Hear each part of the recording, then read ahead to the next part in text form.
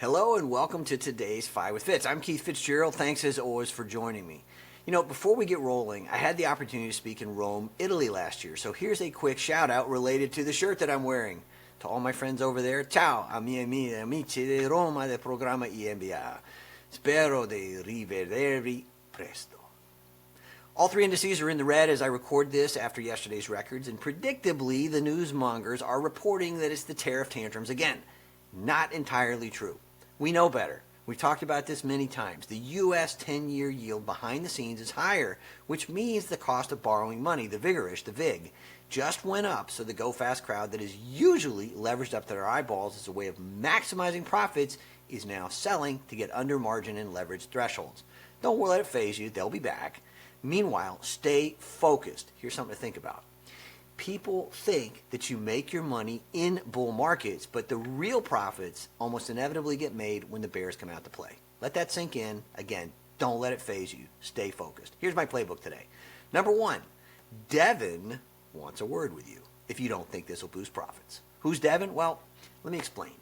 It is always a fine line, which is why those who constantly push for higher wages best be careful what they wish for.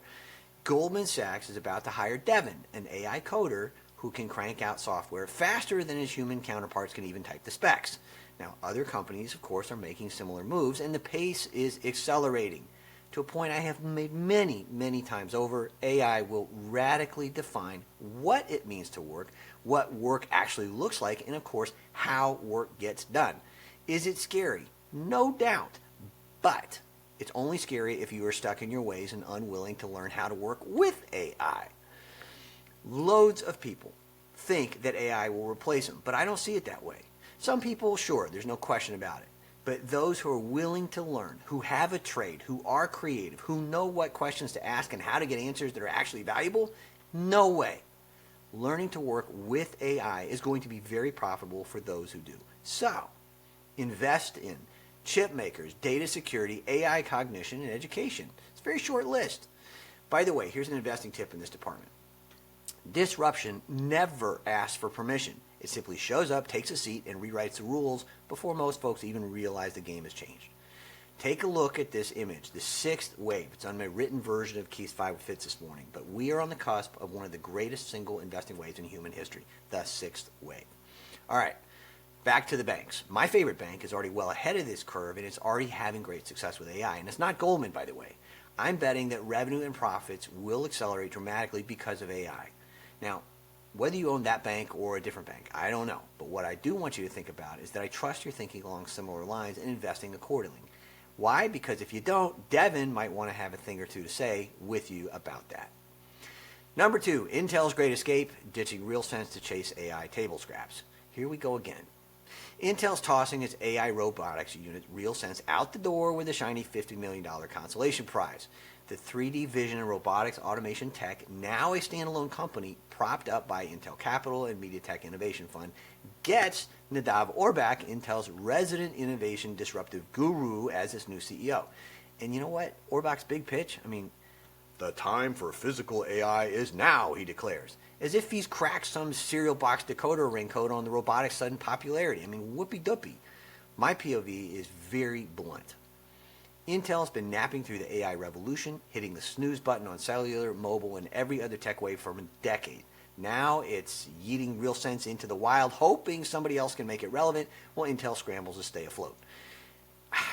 This bites because Intel was once king of the semiconductors and a company that could seemingly do no wrong, and it's now reduced to playing breakup harvest and carving itself up. Well, Nvidia's printing cash, Tesla's robot army is marching on, and other companies are pressing forward at considerably faster pace, including, ta-da, AMD, Taiwan Semiconductor, and ARM, just to name a few, right? The positioning here is a dead giveaway when it comes to your money, and another reason to look very, very carefully at the C-suite when you're investing in any company, but especially tech companies. Jensen Huang's calling robotics NVIDIA's next gold mine. Not a gold mine, not the gold mine they're going to get into, but its next gold mine. Intel's effectively saying, here, take this unit, good luck. We don't have anything better in our own playbook. In Intel's defense, though, and we've got to be fair, right?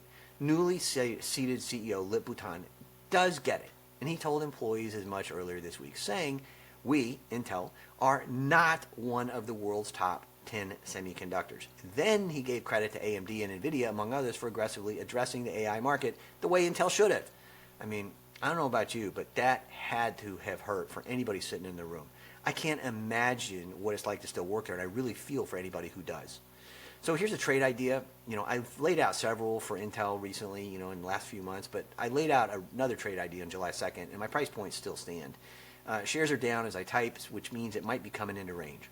Number 3, Bitcoin has gone to $118,000 a coin. Stay frosty. All right, sports fans, here's the deal.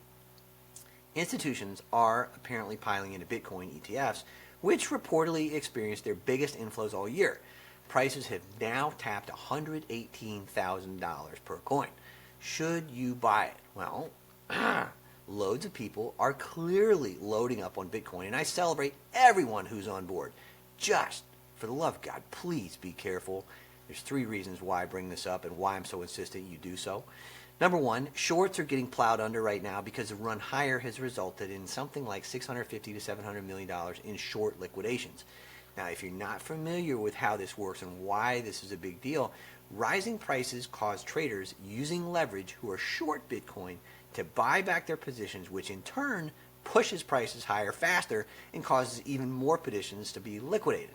Now, this is also called a short burn, in case you're familiar or you've heard the term and wondering what it is, because that's what traders on the wrong side of the move feel like is happening to their accounts. They're getting burned. Flambéed, actually. Number 2, the second reason you want to pay attention to this. Institutions that once hated Bitcoin are now suddenly embracing it, all right? People think that's a good idea, but what it really tells you is that the big money has figured out how to skin the little guys. ETFs are a racket and a half, and institutions make bank by inducing you to own them. Number 3, the potential for manipulation is skyrocketing. Doesn't matter if you're talking about Bitcoin or stocks. Anytime, in any asset class, there is a large concentration of ownership and lots of smaller players, you are just begging to get smacked around if you're not careful. So, if you're going to own it, be disciplined or be in it for the long haul. Now, should you buy Bitcoin at this point? Personally, I'm sticking with digital clearing because that fits my view of where the world is going better and how I think about digital currency will ultimately play out. It's not perfect, but it works for me. Plus, I get a nice, juicy dividend too. All right, number 4, Levi's. This is a name I haven't talked about in a while, but I've got to. It's from Gold Rush to Garment Glut. Now, the reason I bring this up is that Levi's, like Intel, once symbolized grit, sweat, and the American dream. Now, they're busy pricing in tariffs, all right? The company has just raised guidance despite looming 30% tariffs on China and 10% everywhere else. CEO Michelle Gass says that they're managing the hit through fewer promos, premium pricing, and strong demand. All right, I get it. No question people are still willing to pay up for denim. But the company is clinging to margins while consumers swap rivets for elastic waistbands. I mean, think about this for a second. There's a reason why Lululemon and Nike and every other maker out there is going to elastic, why Costco is now selling it at odds with Lululemon because they're selling so much of it. Jeans were once worn by people who built the future. Today, they're a legacy brand on borrowed time. Put skis, short, or avoid. Now, here's an investing tip that relates to exactly what we're talking about. Strength isn't stitched into the fabric you wear. It's built into the choices you make every day, and I trust your portfolio reflects that the way the OBA model portfolio does. If not, I respectfully submit you've got some homework to do. Meanwhile, here's a trade idea. And it's an unusual one, actually. But sometimes collecting something is worth more than the stock of the companies that make whatever it is you fancy. Now, examples I've talked about over the years, and they're still true today, include stuff like vintage Ferraris, Jaguars, whiskey, wine, and, Levi's. A pair from the late 1880s actually, found in a mine, sold a few years ago for nearly $90,000 in New Mexico, if my memory serves. Which reminds me of the time I was hiking in the Uinta Mountains in Utah and came across an old pair in an ancient miner's cabin from about that era. Now, I personally left them where they were because that was the right thing to do at the time. But man, in retrospect, can you imagine what those would be worth today? Anyway, number 5 today, this is kind of one you really do want to pay attention to too. America's EV truck gap. Where's our BYD? According to Reuters, China sold 47,000 electric heavy-duty trucks during the first half of 2025. In the U.S., 390.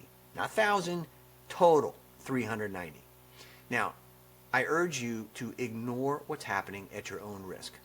Electric heavy truck sales in China skyrocketed 175% year on year to 76,100 units in H1 2025, claiming roughly 25% of the market.